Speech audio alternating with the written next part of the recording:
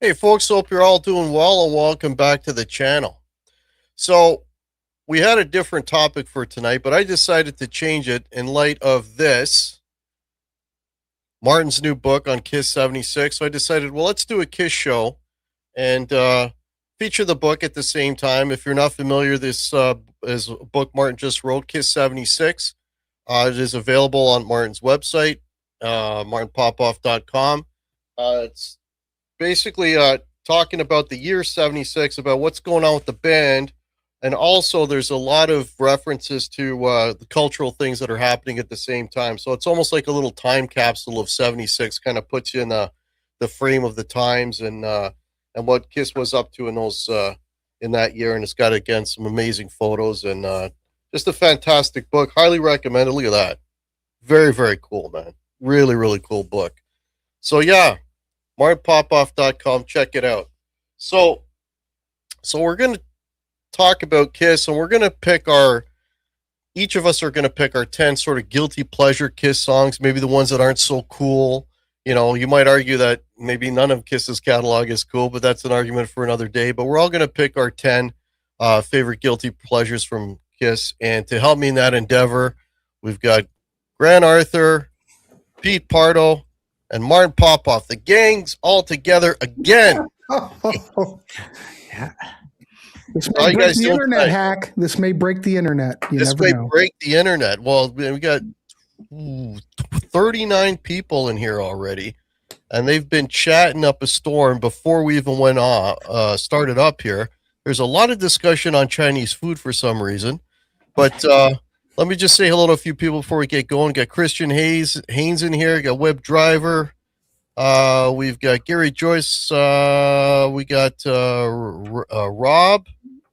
We got Brian. We got Star Peter. It's going down real quick. Uncle Denny is with us. Star Peter is with us. A lot of folks. Nathan Fuller. Welcome, everybody. Christian, if I'm repeating myself. Yeah. I think I got Ken White just joined us. Yeah. Cool. Thank you, everybody, for checking out the show. Dark Wizard is with us. Tyler Patterson. Awesome. Jay Miller. Awesome, guys. Thank you so much for joining us. Stephen David. There's Eric. Yeah, so I don't know, like, you can almost argue that, you know, liking Kiss is a guilty pleasure, period, right? Sure.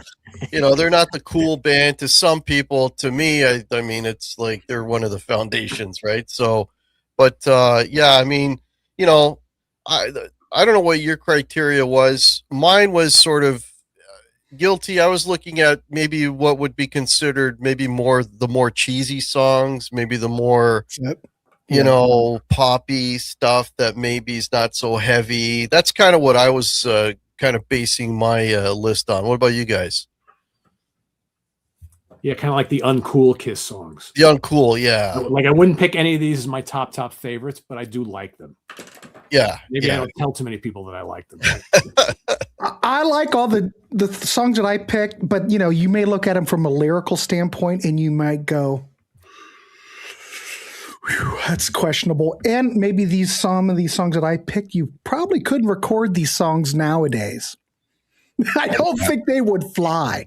Well, and then the other thing that I looked at, I'm just looking at them and going, I really dig this song, but my God, the background vocals on here. If we had isolated background vocals, you would just probably cringe. But the song's good, but maybe the lyrics are crazy. I don't know. This is going to be a fun exercise, so I'm looking forward to see what everybody comes up with. I would say most of Kiss's catalog you couldn't get away with right now, the way things are. So Now, not the most PC band out there. Let's leave it. Now, Star Peters in the chat here is a big Kiss fan. They go on they have a Kiss museum. Oh, wow. In their basement.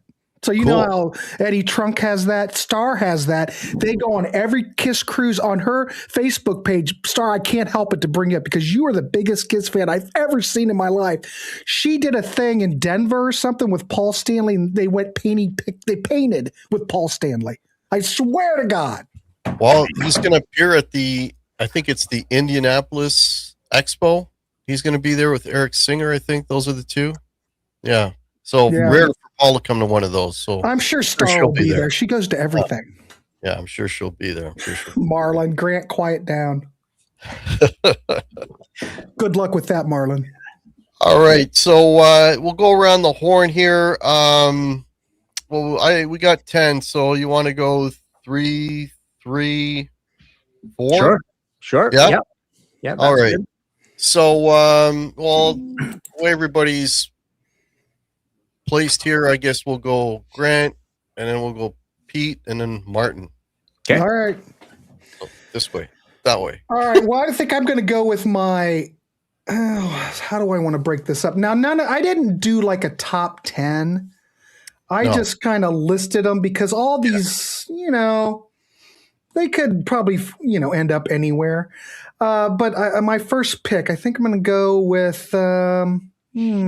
Okay. All right. I'm going to go with Just a Boy from Music from the Elder. Now, a lot of people complain about this because you've got, it's kind of acoustic-y. It's Paul Stanley's doing his falsetto on here, and it's not the only track that he does it on here.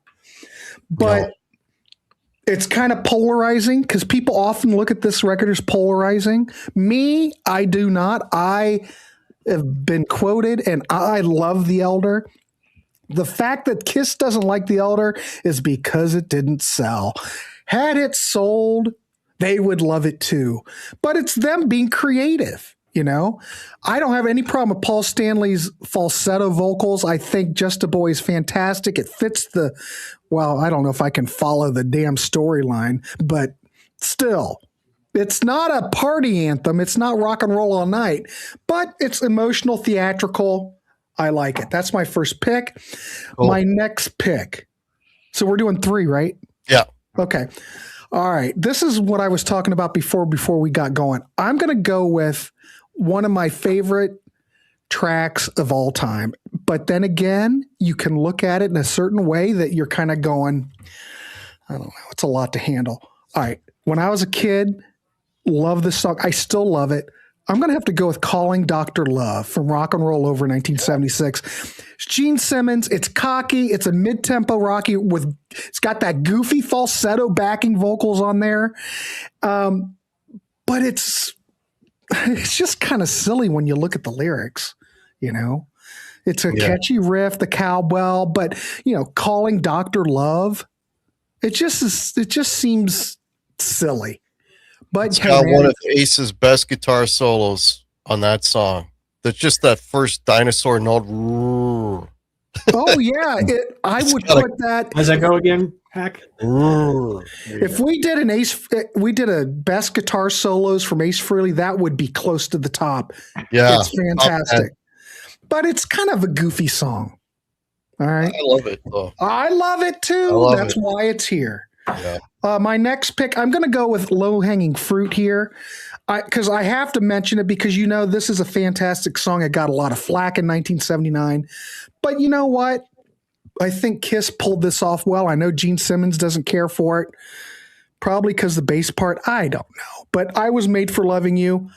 I love it. I could still listen to it if it comes on the radio. Doesn't bother me. I can listen to it. Is it a commercial sellout? Totally, but whatever, it works. I forgive Kiss for it. And you've got those damn falsetto hooks. I like it. The Kiss purists still may cringe, but it's got a great groove. And if I'm going to listen to disco, damn it, it might as well be Kiss. So that's my next pick. Awesome. There you go. And there's nothing wrong with disco. We did a show about that. We did. Star says, Grant, out the window I go. See, she's jumping out the window. See? Yeah. All right, Pete, what do you got? What are your three? All right, so these are all going to be like kind of like an order of release, I guess. So I'm going to go all the way back to the first album with the mighty Kissin' Time. No. What a lug-headed, stupid song this is, but you know what? It's like, would anybody ever pick that as their favorite song or even the top three off this album? Not a chance, but you know, dun dun dun dun dun dun. It's fun, it's stupid. I like it. That's my first one. All right, next one. Next two are coming off my favorite Kiss album of all time, and that's Hotter Than Hell. I'm going to go with Mainline. Oh, fantastic. Which is a really good song. Yeah. But again, it's so different from everything else on here. So yeah, I'm going to pick that one. It's got. I always like Peter's vocals. I think he's one of the singers in the band. And then the other track from here is like really kind of like doomy and depressing, and again very kind of low tempo and not like everything else. That's Going Blind. I always like Gene's vocal on that. It's again, both of these songs I think are really good, but not songs I would ever pick as my favorite tracks off this album. Yeah, and I never hear anybody pick them, but I think they're really cool. Going Blind is like on another level for me. That's like one of my all-time favorite Kiss songs. You know, Gene's either at one end of the spectrum or the other. It's really fantastic stuff, or maybe a song. If you heard a lot of demos, you're listening to them and you're going, ooh. That's another. Going Blind's a masterpiece, I think. Another killer ace solo on that. It's amazing. Yeah. And that line, I don't know what the hell I'm 93, you're 16. Like, what the hell does that even mean? You know what that means. 93? You know what that means, baby. And the way he sings it, like he's afraid of even saying it, right? Yeah. Yeah, that'd go over well nowadays, wouldn't it? Eh?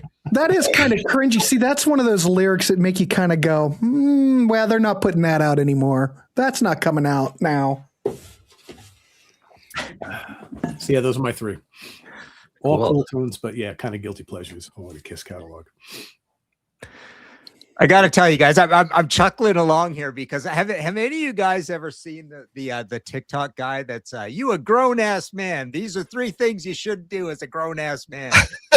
This thing is so funny. He sits in his car and he looks down. You can tell he's got it on his seat, and he's like this cool looking black guy. You know, he's got glasses on. He's got some braids. He usually has a cool hat on, and he's sitting there in his winter coat in his car, and he does dozens and dozens of these things and gets big numbers, right? And they're so funny. But it's like I can see him, and he uses the N-word and he swears a lot and stuff. But I can see him in my head going, all right, guys, these are things you shouldn't do as a grown-ass man. Rank your favorite Kiss songs. You a grown-ass man. You 38 years old, and you're still talking about Kiss. Yeah, what you doing? He's so funny. Check him out. We're doomed over here on this show then. Yeah, he's so good, actually, that he's one of these guys where other people have brought up recommending him as a TikTok show themselves. Like, say, have you seen this guy? It's really funny, right? But it's cool. But as soon as Grant picked Just a Boy, I just thought in my head, you a grown ass man. Anyways, okay. So my choices are giving the elders some love. There you go. Yeah, my choices are there's different reasons for them, I suppose, and a lot of it has to do with picking simpler songs or kind of barroom boogie songs and ones you wouldn't particularly pick. So I'm going to start with Coming Home from Hotter Than Hell. And to me, this is one where, I talk about that flick the A-B boogie switch with some of these songs. And this is just a simple Stonesy kind of boogie song, sung by Paul, written by Paul and Ace.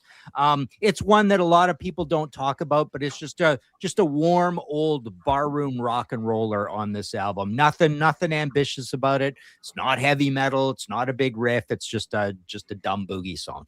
And speaking of kind of the same thing, I didn't pull this album up, but my number 9 is 2000 Man from Dynasty, sung by Ace.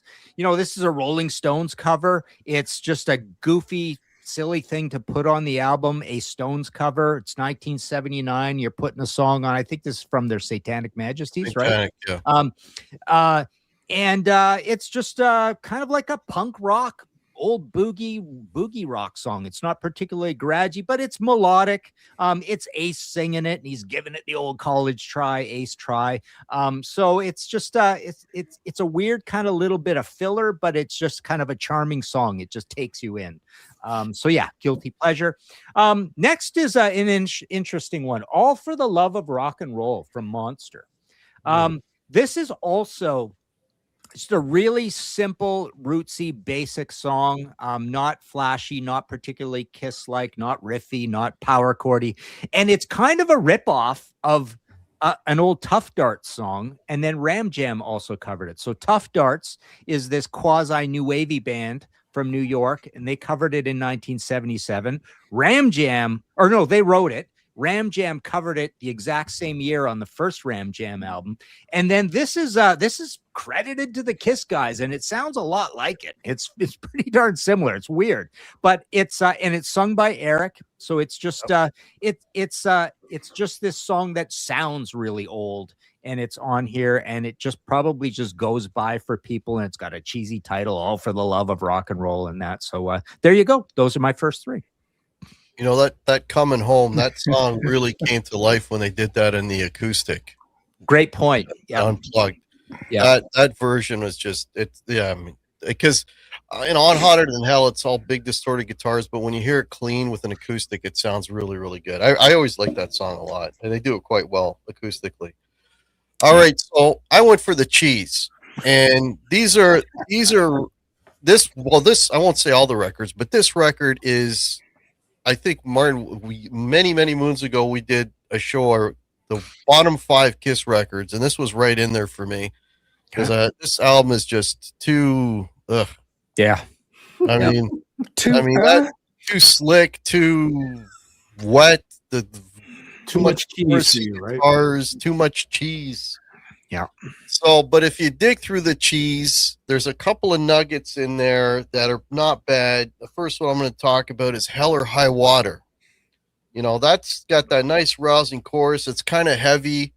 If they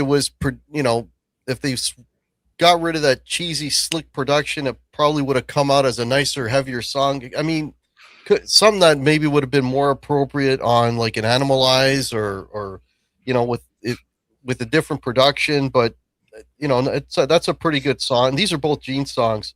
The other one off the same record is Good Girl Gone Bad. I like that one a lot too. It's got that sort of dark heaviness. It's a little more, menacing. Well, it's a Gene song, right? Whereas Paul's singing about My Way and Crazy Nights and all this, at least Gene's singing, some kind of more aggressive, heavier vocals with, but again, it's layered with that, Bon Jovi shit that I hate, and yeah. Anyway, there you go. Oh wait, one more, right? We're doing 3. Now this is another record that I don't think is all that bad, and I know they don't like it. And Grant mentioned this one already, The Elder. But man, I really dig Mr. Blackwell. I always thought that was a really, really cool song. It's got a really cool riff to it. It's got a nice little guitar solo in it. Dum dum dum dum. Like it's a nice groove. I think that's a really cool song. And it's one of the more, I guess, straight up rock songs that is on that record. So, but I always had a fondness for Mr. Blackwell. I think it's fantastic. So there you go. Those are my 3. All right, cool. All right, my next one, I'm going to check out some lyrics real quick because, we are all lyrics people here on this channel. We'd love some of the greatest lyrics are usually from Gene Simmons, but this is Paul Stanley. But I give you this. This is a fantastic song. You'll have to agree with me, but starts out, put your hand in my pocket, grab onto my rocket, feels so good to see you receive. Baby gotta know, do you want to go? How you gonna make me feel? And then there's another line. I don't know what they're talking about. Sitting in the back, her head down in my lap. This is, ladies and gentlemen, this is poetry. Let me start over. Sitting in the back, her head down in my lap, the moonlight shining down on her hair. How romantic. Radio is playing, her fingertips were straying. Her mama didn't know she was there. I mean, The song Take Me. Fantastic track from Rock and Roll Over. The lyrics, you just have to laugh. But hey, it was the 70s, kids, and these were a bunch of male chauvinists in this band. So I'm picking Take Me for one of my picks. My next pick, this one's almost as bad, but you have to admit this is gooey, catchy. It was a 45, and when I was a kid, I was all over it. 1977, we're going to Love Gun. And of course, it's a Gene Simmons song about him lusting after a 16-year-old Christine 16. Cringeworthy by today's standards. Oh, yeah. But the 70s, everything was game then, you know. But got piano riff on it. Come on, it's hooky. How many songs does Kiss have piano on? This one. But it's an infectious chorus. This is a pop tune. You know? Fantastic. But it is kind of cringy. Go ahead. In a few years, Gene will be 93 singing about a 16-year-old girl. So that Going Blind lyric is coming to life. But Christine 16 is catchy. I like it. It is gooey. It's gooey sweet. All right, my next pick. Let's see what we've got. Take Me. We did that one. Okay. All right. Oh God. Well, I'm going to have to piggyback off of Mr. Pardo on this because I also have Kissing Time on here. So if anybody knows this is a Bobby Rydell 1959 doo-wop track.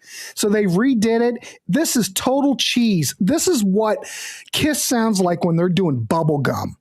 This could be on a bubblegum comp.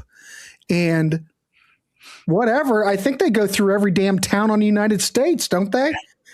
But I will say this. It is catchy.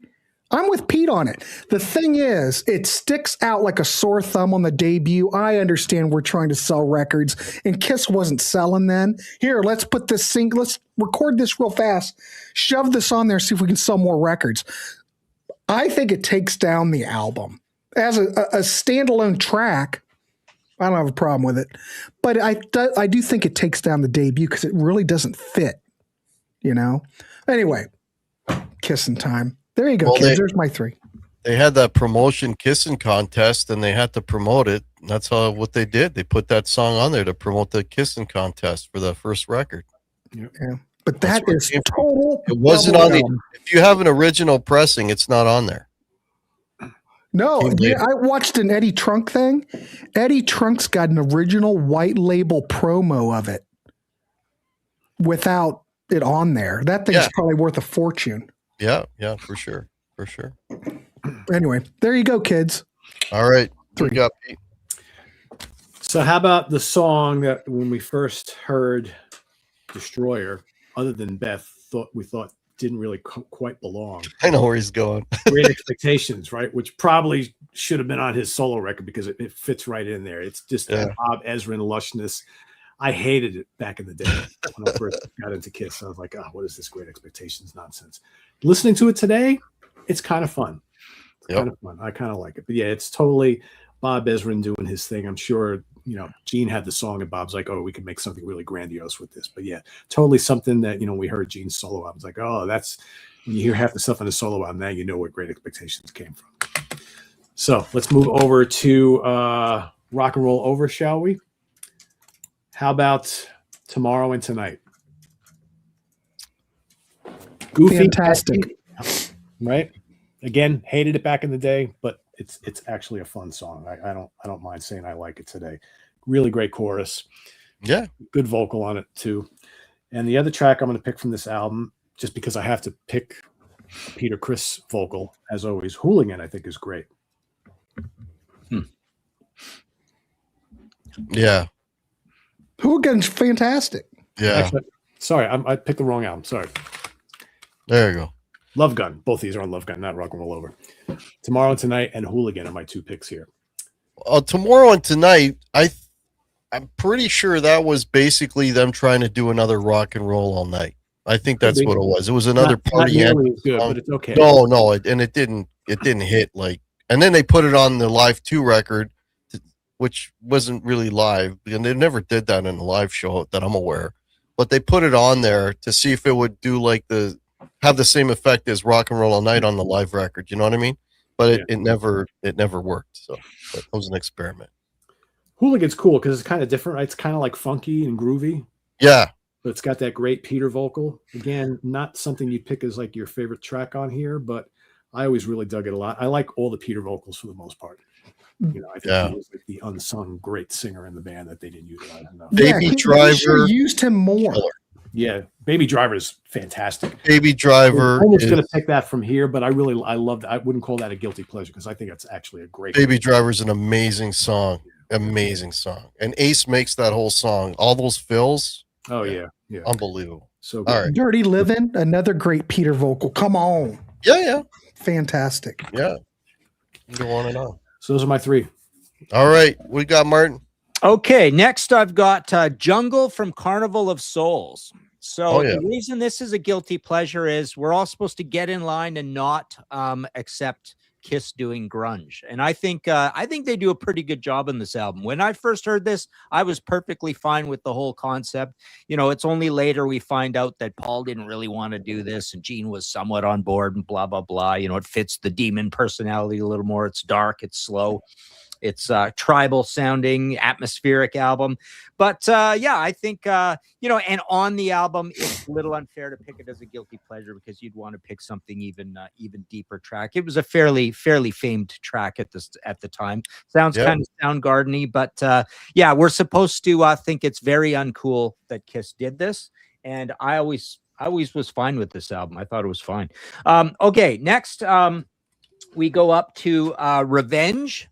For I just wanna forget you. I just wanna forget you. You know, that whole thing, right? So it's just one of their silly wordplay kind of songs. It's melodic, it's glammy, it's just a fun song. It's literally called I Just Wanna. And it's way at the end of the album, just before you get to Car Jam. It's one of the sillier ones. So my point with the guilty pleasure, I guess another thing is trying to pick songs that are not particularly ambitious. Definitely not the cool songs at all. And then finally, I've got for this round, I've got Tears Are Falling. No, hang on. Who Wants to Be Lonely from Asylum. This is my favorite of those, probably the favorite of the 80s albums, certainly of this into Crazy Nights and Hot in the Shade. Like, of those three, this is definitely my favorite. But why is it a guilty pleasure? It's a little bit like just accepting Paul as the romantic in the band, kind of thing. It's like, okay, I'm fine with it. You had me at Who Wants to Be Lonely kind of thing. So it's just like, I'm buying into the whole Paul thing, which is a little, you a grown ass man.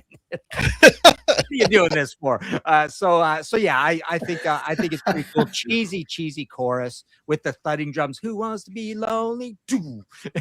Lonely, that whole thing, right? I just he makes me melt in this one. I'm buying in. So there you go. Guilty pleasure. Yeah. Fantastic.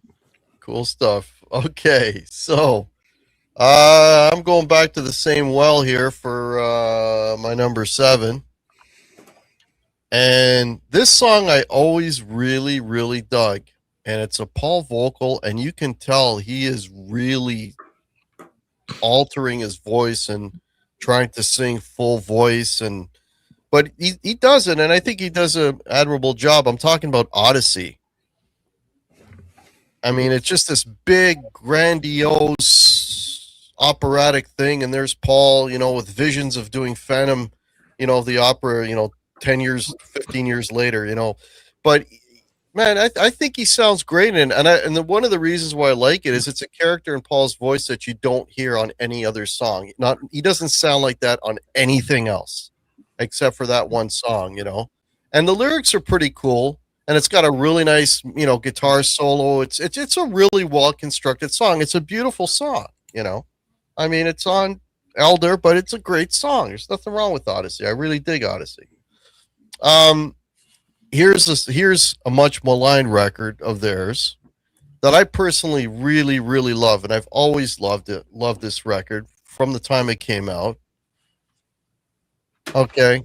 I love Pop Kiss. You know, I love Pop Kiss. I mean, that whole record is fantastic. So, you know, I could have picked pretty much anything off of that record because the whole record is a guilty pleasure. You know, that's because it's not a cool record. It's not cool to like Unmasked, but I like Unmasked. You know, Tomorrow. That song for any other band would have been a hit. Any other band would have been a hit if because that is a straight up, well constructed, very hooky, perfect pop song, and didn't do anything. But it's a fantastic song. Love that one. And I'm gonna go back to that same well again. I could have picked anything off of this record, but I always, and this song gets much maligned too, but I really like it. It's an Ace song, and Ace has got more songs on that record than I think any other album for whatever reason. But Torpedo Girl, man. Oh, come on. That riff, and that's Ace playing the bass on that. I mean, that is such a great song. It's so hooky. It's catchy. The riff is cool. His vocals are sounding good. You know, okay, what the hell is the Torpedo Girl? You know, whatever. It doesn't matter. It's a great song. You know, went out for a swim today. You know, whatever. It's dumb lyrics. But it's a damn good entertaining song. I really like Torpedo Girl. So, but again, I could have picked anything off that record. It's just the whole record is a guilty pleasure, but I always like Pop Kiss. And I don't know. I dig it. That I'm good with. Crazy Nights, no. But that I love. Crazy Nights, Unmasked. Yeah. Pop Kiss, but glam metal Kiss, no. Yes. Maybe that's the difference. How are you with grunge Kiss? Well, Carnival of Souls, you know, there's some good songs on there, you know. I love Childhood's End. I like Hate. The opening track on that's really good and heavy. What's that Paul song that he wrote for his I Will Be There? I think that's a beautiful song. Jungle is great that you mentioned. You know, yeah, I'm good with a lot of that stuff. Yeah. I have to bring this up, but Chris Flood says Ace's songs were worse on Unmasked.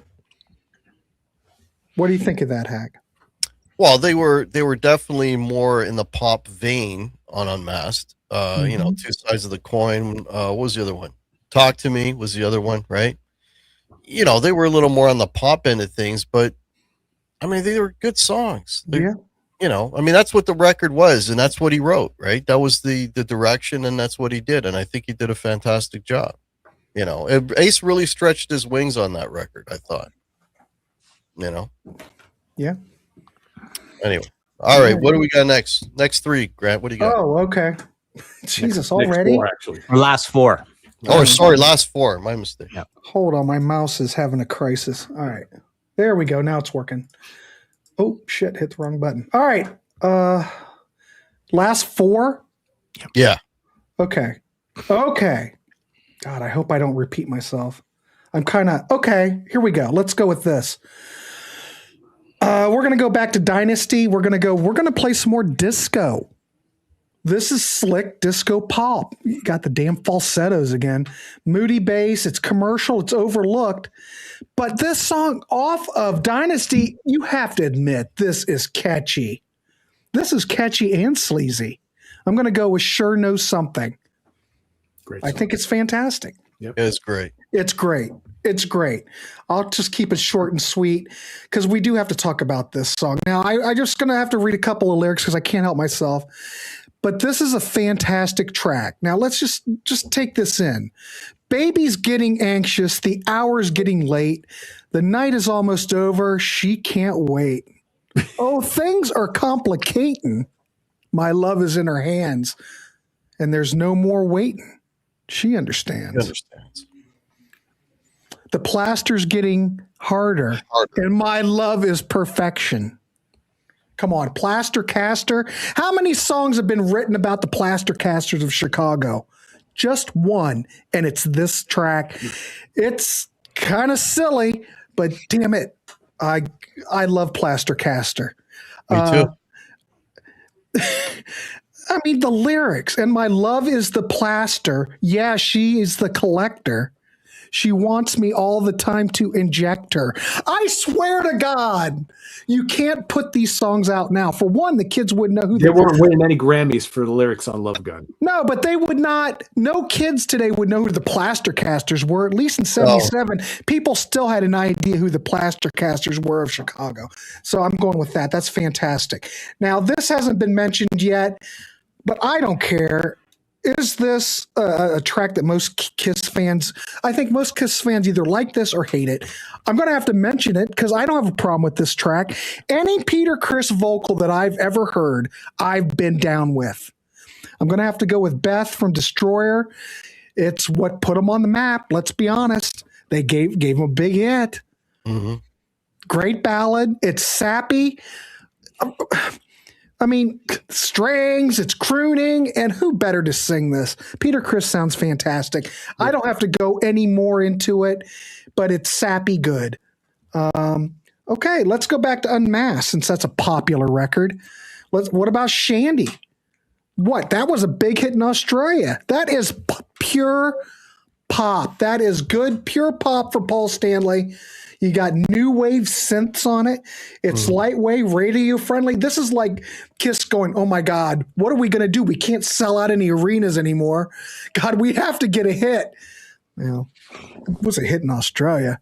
But I would say you could put this in bubblegum territory, even though there's not really any bubblegum by 1980. It's catchy good. It's catchy, and it makes you feel good. It was such a big hit that when they did the whole reunion, when they got together with Peter and Ace again, and they played there, Paul would come out by himself and play that song solo. Because they had to put that song on the set list, and I guess the rest of the band didn't want to learn it or couldn't learn it or whatever. And Paul would just come out on his own and do it. That's how big that that song was in Australia. Yeah, it was huge. Yeah, and the Plaster Caster thing, Gene wrote that because he wanted to be one of their Plaster Casters. Didn't work out for him though. Everybody heard the story of Jimi Hendrix when he had his Plaster Caster done. He broke a cup. He couldn't control himself, and they had to do it several times because he couldn't. Well, he had a little problem. Anyway, was that 3? You need one more? I don't know how many that was. I don't know. I can give you one more. We'll go back to the Elder and the Oath. Heavy prog epic. We've got falsetto screams, galloping rhythms. It's ambitious, over the top. Didn't sell for shit. That's why Kiss hated it. But it's kind of a weird, coldish delight, but it's kind of cringy, But I think it's a great track. I don't know. I'm going with the Oath. That's it. All right. Cool. All right. We got 90 people watching, folks. Welcome, everybody. This is awesome. Thanks for joining us. All right. What do we got, Pete? So back in the day when we got Kiss Alive 2, it wasn't really cool to say that you liked the last side of the album. With the exception of Rocket Ride. No, not in my company. People were like, yeah, that studio side sucks. Except for Rocket Ride. Rocket Ride is great. But I tell you what, Rockin' in the USA is actually kind of fun today. I don't mind. Yeah. Actually, most of the tracks I think are pretty good. All American Man is actually very, very good. Awesome. For some reason back then, I just trained myself to can't like anything but Rocket Ride on that side. But yeah, Rockin' in the USA is actually kind of fun. Again, it's kind of like a weird updating of Kiss in Time for me. I like it for the same reasons, but cool stuff. All right. It was not cool to like Dynasty at all. To me, Dynasty is like a total guilty pleasure Kiss album. Well, even back then, I loved it. I Was Made for Loving You, of course. It's got to be one of them. I never had an issue with it. I could hear it anytime. I'm totally fine with it. But my real picks on here is What Is My Charisma? Again, another song that would have fit right in on Gene's solo record, but very, very love that song. Here. I like it a lot. Really good. Save Your Love is repetitive and fun. I really like it. And I also think that X-Ray Eyes is loads and loads of fun. Actually, this whole album is guilty pleasure fun. It is. It's a very, very underrated Kiss album that everybody loves to kind of hate, or they say they hate it, but deep down inside they really dig it quite a bit. Really, anything on here you can pick for this show. Anything on here, like 2000. Yeah.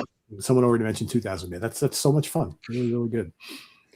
Sure Know Something is great. You know, Dirty Living is great. Another great Peter song. So again, I could talk about the whole album. But when that came out, though, Pete, my buddies, it was just another Kiss album. We didn't think anything else about it. We welcomed it with open arms. It wasn't a guilty pleasure or anything. It was just another Kiss album. Oh, here we go. I dug it too, but I knew a lot of people who just hated it. Yeah. When they heard the single, they were like, Kiss has gone disco. I mean, the guitar sounds are all kind of compressed and muted, and it lost its edge. It just, I mean, heck, did you hear it when it came out? I mean, dude, I know that was a dumb question. No, I mean, you know, I've been a Kiss fan since I've been 10 years old, right? So right. every like from Love Gun on, I bought them as they came out, right? So yeah, I remember, here's what the memory I have as a kid buying that record, that I had to buy it like 2 or 3 times because there was always a skip on I Was Made for Loving You. Yes, mine too. My father had to kept bringing it back to the record store to get me. Yeah. And it kept skipping on the exact same spot. Exactly. So yeah. I always knew this song with the skips in it. Yeah. I exactly. Yeah. And I'm like, I don't think, I mean, only later did I hear, oh, that's how it goes. Okay, because it's got all those, you know, those shots in it, and I'm like, is that the shot or is that the skip? You know, yeah. So that's what I remember about that, buying that stupid record. But you know, I mean, it was poppy, and it was, I mean, that was the time, right? It was, you know, I mean, Do You Think I'm Sexy was on the radio, and the Stones were doing Miss You, and you know, I mean, that's what was out, and I didn't have a problem with it. I mean, no. The songs were catchy. Charisma I always loved. I loved when Gene did it, when I went to see Gene with his solo band, the first version of his solo band, and when he actually pulled those songs out and did them like the first time ever live, and I was out of my mind. The charisma, my God, I was freaking out. Love that shit, you know. Yeah, I would dig that too. Yeah, it was amazing. Yeah. I think they should have released Sure Know Something as a single. To me, that's got over. Great song. Yeah, it's amazing. All right. Did you do the 4 already? Yep. Okay, cool. All right. Basically picked half of this album. I'm not, I won't be too far behind you either. Yeah. All right. Okay, Martin, what do you got? Okay, so I also had Kissin' Time on my list, and when we got this album as a new release as kids, I remember I'm looking here on originals, and it's got it as the opening track on side 2. But it was definitely on the album that I got, and I remember playing it first. So might have played the wrong side first, or maybe it was the opener on side 1. I don't know. I can't remember. But my thought on this song was always that it did fit in. It was heavy enough. The verses, anyways, the chorus is really glammy, but the verses with the big drum smashes, right? It felt heroic and heavy enough. It you know, as I've always described that early Kiss music, it reminded us of heavy BTO, heavy Sweet before they got technical. So your Little Willies and your Hellraisers and all that stuff. Bubblegum Sweet. And the heaviest stuff that Slade ever did, sort of thing. So it felt like one of those.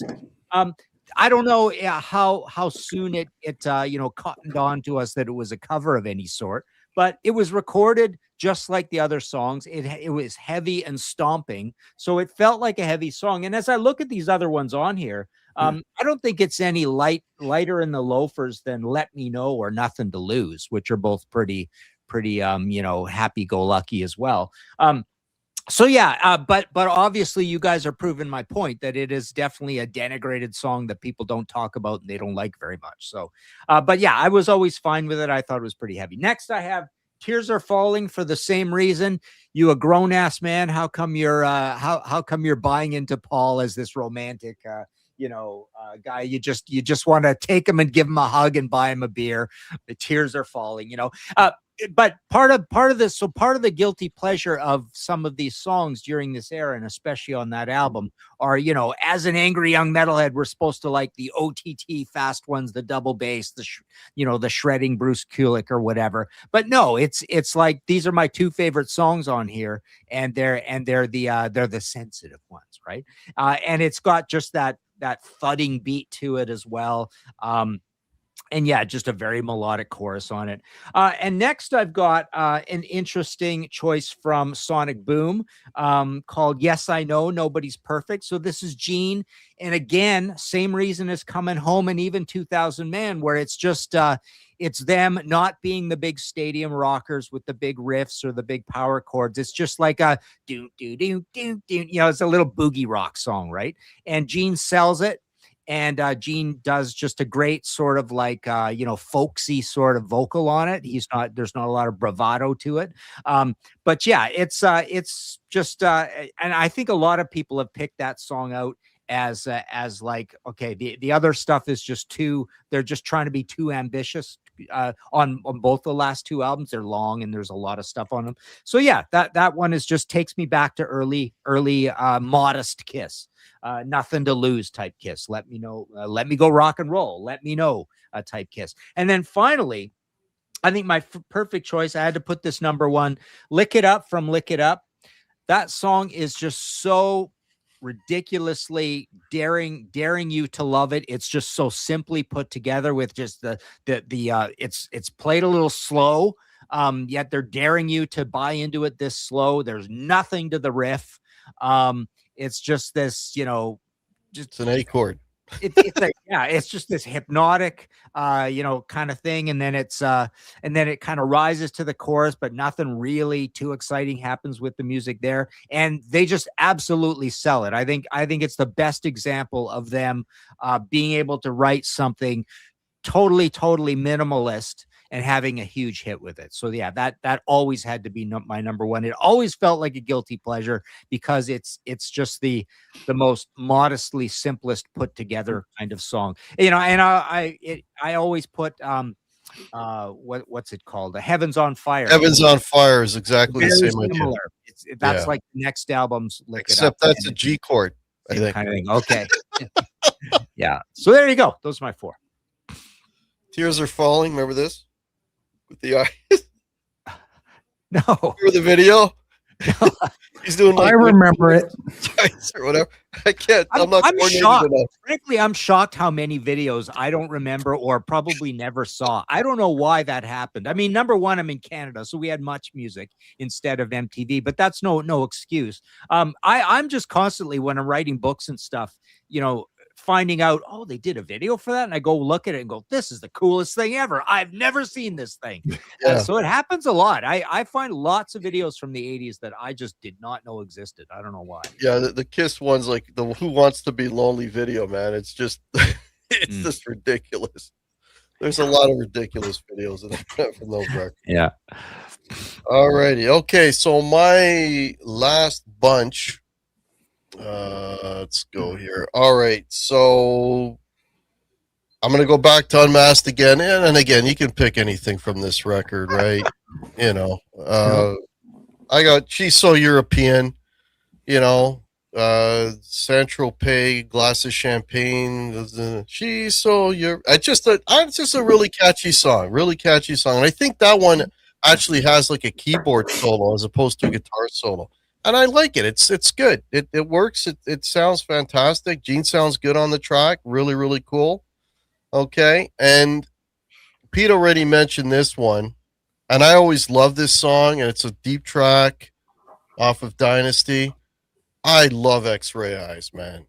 I love that song. Dun dun dun dun dun. That breakdown, and then that guitar solo comes in and it's aids with all that kind of whooshy, effects. And it's just a really, really, really cool, catchy track. I mean, lyrics are dumb, but, just a fantastic song, And off that same record, here's one that I would say is sort of the sister song to Sure Know Something is Magic Touch. Yeah. that's a beautiful song. I think when Paul did the Live Plus One, I think he did that song on that, because somebody in the chat would know, because on the video I think he actually did that song. He pulled out a lot of songs, Tonight You Belong to Me, like stuff that they never played, and I think that's one of the songs they did on that. That's another really well constructed song. I mean, Paul can write. Let's face it, Paul essentially is a pop writer. That's what he does. He did it on Unmasked. He did it on Dynasty. He's very comfortable in that pop vein. He did solo albums, a lot of great pop songs. There's a lot. You listen to those solo albums. You listen to Gene's and Paul's. Gene's has a lot of Beatle influences, and I hear a lot of Raspberries on both of them. They love the Raspberries, and it really shines through on those solo records. Yeah, and this one was also mentioned too. This is a cool record, right? This is the cool record. It's the first Kiss record I ever bought, followed by the originals, and I saw that Martin has the originals, which is kind of cool. I know, I'm jealous. Yeah. Well, that was a bargain, right? You get 3 records in one. Hey, We never had it. I kept looking for it in our local record store because when you got what was it in the Live 2? There was a picture of it. Wait a minute. What had a picture of the originals when you took out the sleeve? Well, you guys. Well, anyway, someone will know. Star will know.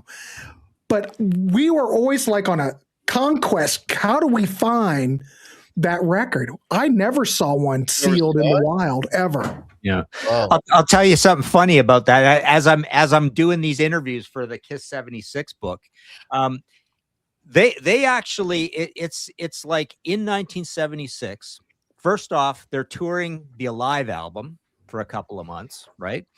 But are they really? Are they really touring the first 3 albums, right? So they're touring Alive and the first 3 albums. Then Destroyer comes out in March. They're touring Destroyer for a little while.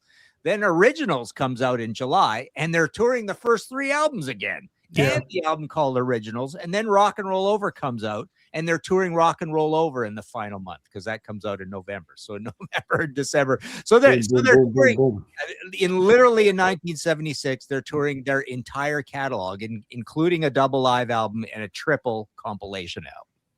Yeah, the original, and in the originals too, you had this nice booklet. I'm sure you've got. There was a nice booklet, and there was these cards that you would. Perforated cards of the 4 guys and little bios of them on the back. Yeah, I still have it. It's me and my buddies would have killed to get a copy of it. It just wasn't. We never saw one. Yeah. Well, what's rare is the second set of originals, which I think they only released in Japan. That's a rarity. If you can get your hands on that, that's right. Yeah. And just another quick note. I mean, this one that I have out here is the gatefold that looks like this, but I've also got one that has the pockets with the album in it, right? Martin. That's that's different than mine. I think that's Canadian, and I think maybe all the American ones have the pocket where you've got the albums in their paper sleeves and then with all the stuff in them, right? So. And that's the cover. We always hated that cover. It just seemed like a rehash cover. We hated covers with all this text on it. Just drives me crazy. But what year was double platinum again? 78. 78. Yeah. 78. That's Strutter 78 on it. So 78. I love double platinum. Yeah, I bought that when it came out. I like the remixes that they did. I think Sean Delaney did a What's Wrong hack. I don't know. Those songs they just sound wrong. Damn purist. They just sound wrong. Because they did change the arrangements on some of them, and then Strutter 78 with the disco beat. I mean, come on. It's not that disco. It's like I think it's fantastic. Why mess with perfection? Anyways, my last one. Let me do the last one. Tangent. Tangent. Yeah. And Peter already mentioned, and it is the Great Expectations off of that record. I always love that song. It's grandiose. It's big. It's got, the whole orchestra thing. And the lyrics are kind of silly. They're all, talk about pompous lyrics, You stand and clutch your breast, and my music drives you wild along with the rest. It's like, it's full Gene on, on ego, ego on high. but musically it's a fantastic song, and it's you know, I mean, and it fits sort of the vibe of that record because there's a lot of, you know, symphonic moments on there and choirs and so on and so forth. But yeah, you can tell that's definitely a Bob Ezrin invention. But really, really cool track. Really cool track. You guys got any others you want to mention? Notable? Nope. No honorable mentions. Nope. No honorable mentions. They told me in the chat that I did 11, so that was my honorable. Oh, did you? I'm overzealous. There are always people counting who are watching at home. Right? That would be wow. Webb, the high school teacher sitting there going, 1, 2, 3. Well, I'm gonna mention a couple. This is my least favorite Kiss album. I don't like this record at all. It just sounds like crap. But if I was to dig one out of this pile of crap, and I'm talking about the Hot in the Shade record, Silver Spoon would be the one that I would take out. That's a decent song, but the rest of it is just total garbage. Yeah, I'm not a big fan either. Yeah, that's like when we did our 5 least favorite records, that's like my least favorite Kiss record. I like it better than Crazy Nights, though. Crazy Nights is not good either. They're both those records. The tour was great though, man. And if you've seen video of the tour, like they came out and they had the Sphinx, you know, Leon Sphinx they called it, and they started doing the older material and all that stuff. But the record itself is terrible. And the other one I'll mention, another record was in my bottom 5, Psycho Circus. But out of that record, well, Psycho Circus is a great song. Let's put that aside. That's a good one. But the other one on there that I like, which a lot of people think is really cheesy, is Raise Your Glasses. I think that's a pretty catchy tune. That's another Paul song, right? So there you go. Those are my honorable mentions. Anybody else have any honorable mentions? No? Pete? None? No. Well, I did cross out, I replace Heavens on Fire, and I actually had Shout It Out Loud. I was thinking Shout It Out Loud or Flaming Youth. I mean, but Shout It Out Loud, how loved is Shout It Out Loud out there in the world? I don't think it's that loved. You know, it's a little bit of a guilty pleasure, I suppose. It's Rock and Roll All Night Part 2. Yeah. Yeah. They try to catch that Rock and Roll All Night a few different times. They try to catch that same heat, but yeah, they never managed to do it really. Not with those types of songs. Does it seem like Dynasty and Unmasked got picked from the most on this show tonight? And The Elder. Those must be the best Kiss albums ever. Those are the guilty pleasure Kiss albums. Those are the guilty, and I like them all. You know, I'll take those 3 records over Crazy Nights, over Hot in the Shade, over Psycho Circus. I'll take those 3 records over those 3. And Carnival of Souls, I take them over that. Easy. You know, easy. I don't think they're that bad. I really don't. You know, I love those albums for whatever reason. They're catchy as hell, man. Yeah. You know. All right. So Grant, you want to talk about what's coming up with Contrarians or Grant's Warehouse? Jesus. Well, I can tell you on tomorrow night in the Warehouse, we're doing Friday Night Chat. I think that starts either at 7 or 8, so that'll go 2 hours. People liked Friday Night Chat, so I brought it back. Revived it. Yes. So we will be doing that. I was on there 2 weeks ago or whatever it was. Yeah, you were on there. Oh. Weren't you in your thing smoking a cigar or something? Or? Oh, that's what I do every Friday. And I rushed in just for you, Grant. I put the cigar out, put my scotch down, and I came indoors just for you, buddy. See? I appreciate that. And then Sunday, 9 a.m., we'll be doing Psychedelic Breakfast. And then at 8 p.m., listening party, the final 1971 listening party. This would be episode 5 and 6, since we have to split it into two hours, 2 1-hour segments. And this is it. It might go 3 hours with everybody's requests. So we'll see. I haven't put it together yet, so we will see how long it goes. All right. Pete, anything coming up on C? Over the weekend, top 10 songs of Todd Rundgren's Utopia. That should be Sunday, I believe, or maybe Saturday night. I think we're shooting it Saturday, so it'll be sometime over the weekend. So stay tuned for that. That's what's coming up this weekend on SOT. Cool. Martin? Yeah, we've had some good Contrarians panels come up in the last little while. We've done those, and I've been doing these productions and best song on every album. And I did a little Rock and Roll Hall of Fame rant thing, and I've got the audio podcast as well, History in 5 Songs. And yeah, martinpopoff.com for the book stuff. Still have the big fat ones, and the Kiss 76 officially just came out 2 days ago, and it's been selling pretty good. So it's yeah, it's been a good one. And yeah, the Maiden, the Dio, and the Priest are the other big ones, and some other updated ones as well. And just cranking out more shows as much as possible. Cool. So folks, if you're new to the channel, please consider subscribing. We've been sitting in limbo here for a while and like to get the numbers back up, so that'd be much appreciated. Hit the like on the way out. If you like this, you want to see more of this, we're going to be doing this again next month. We do this once a month. I pull these guys together and we have a chat. So there will be another one about approximately a month from today. We'll be doing another one. If you want to support the channel, links are below. That would be all much appreciated. I want to thank these gentlemen again so much for doing this. It's always a good time. I want to thank everybody for watching. Hang on, guys, and we will catch you all next time. Take care, everybody. Cheers. And there it is.